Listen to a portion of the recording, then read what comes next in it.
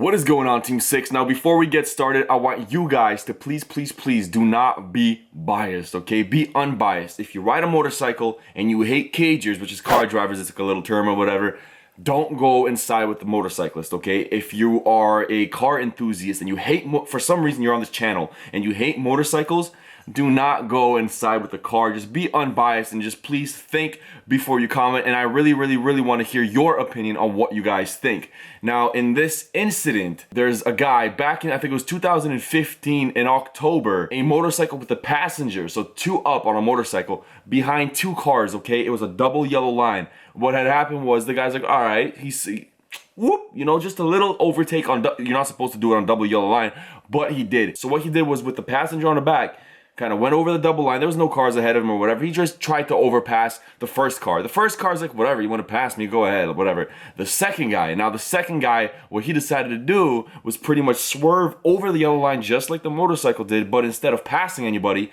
he literally swiped towards the motorcycle, which caused a very bad accident. Now, some people say good riddance. Actually, you know what? We will get into the comments of these, like this incident later. It's frustrating, but so what pretty much had happened was the people crashed. The two guys crashed. I think it was the girlfriend of the guy crashed.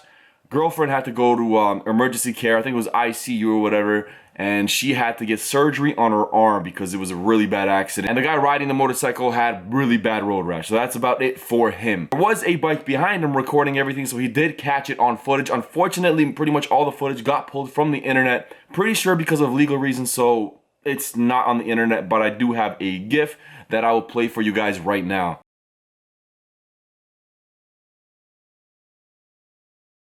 So with you seeing this footage, obviously the motorcyclist, he shouldn't have done it, but the car shouldn't have done it either. In my unbiased opinion, people try to compare both. So it's like, oh, you did a traffic infraction, he did a traffic infraction. It evens out, it's okay. But in reality, what the guy did in the car was pretty much swerve into him purposely to hit the guy. Okay, how can you compare a traffic infraction, something as stupid as that? It is stupid, he shouldn't have done it.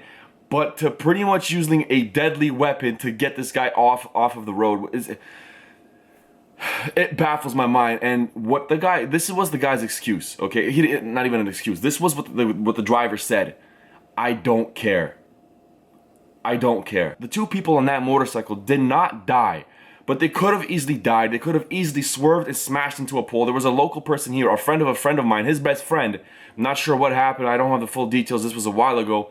He smashed into a pole and instantly died. Like there was a whole memorial, and there's actually like flowers on that pole to this day. And I actually went to visit that site. I think it was like maybe last year. And the title was "I Love You" for that video. That's another story. But he could have easily, both of them could have easily died. So in my opinion, no, it's not the same thing. A traffic infraction, it's not. It's before I get really heated and just super mad, I'm gonna go ahead and just go to the next topic I wanted to cover in this situation. So the rider that actually caught everything got a chance to snap the license plate and everything, and the rider's reasoning with the passenger on the back, his reasoning was pretty much, the car in front of me was slowing down to like 20 miles per hour slower than the speed limit, so I decided to pass him. Now I'm pretty sure there's a law that says you can't go this much lower than the speed limit because that's illegal as well, or not safe, but I'm pretty sure 20 miles an hour under the speed limit is not illegal. Now the driver's excuse, guys, he pretty much said, I got stung by a wasp. And then it was followed by, and I don't care. I'm pretty sure he pretty much assumed that he deserved what he got, which is pretty pathetic. And the guy was around like 50 or 60 years old.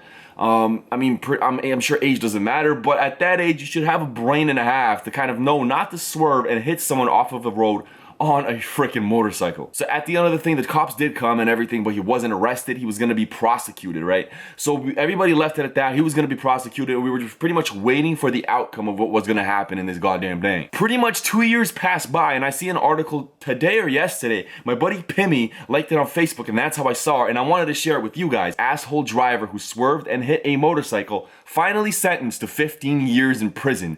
This is what stupidity gets you, okay? If you see a motorcycle, I've had moments where I was verbally exchanging words when I got off of my motorcycle, road rage kind of thing, but I would never, ever hurt somebody to the point where, like, just on the road. Anybody who wants to, do something on the road physically with a car or a motorcycle, like there's people that knock mirrors off through bikes. That's stupid as well, in my opinion. But anyone who does anything as small as even like trying to scratch a car, you, my friend, need counseling. Now right here, I'm not too sure of what to think because this article is pretty much by the same website, but the updated article says Crum, who was reportedly been in police custody for the year and a half since his arrest, will now serve 15 years prison time for 2 counts of aggravated assault with a deadly weapon. And then the first article said he wasn't arrested, so I'm not too sure what is true and what's not, but you guys get the gist of it. But I am not surprised, guys, that it happened with this driver because in 1994, he was convicted of unauthorized use of a motor vehicle, and in 2007, reckless driving and making terrorist threats.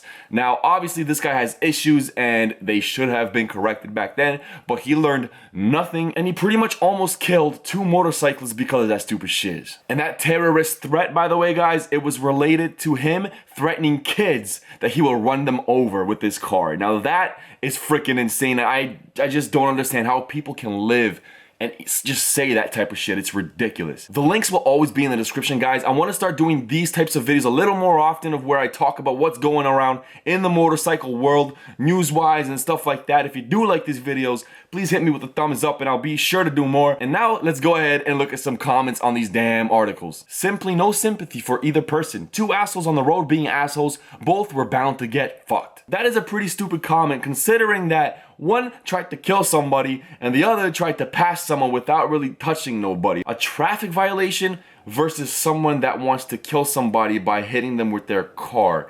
Those two don't really equate to the same thing. He cares now, I bet.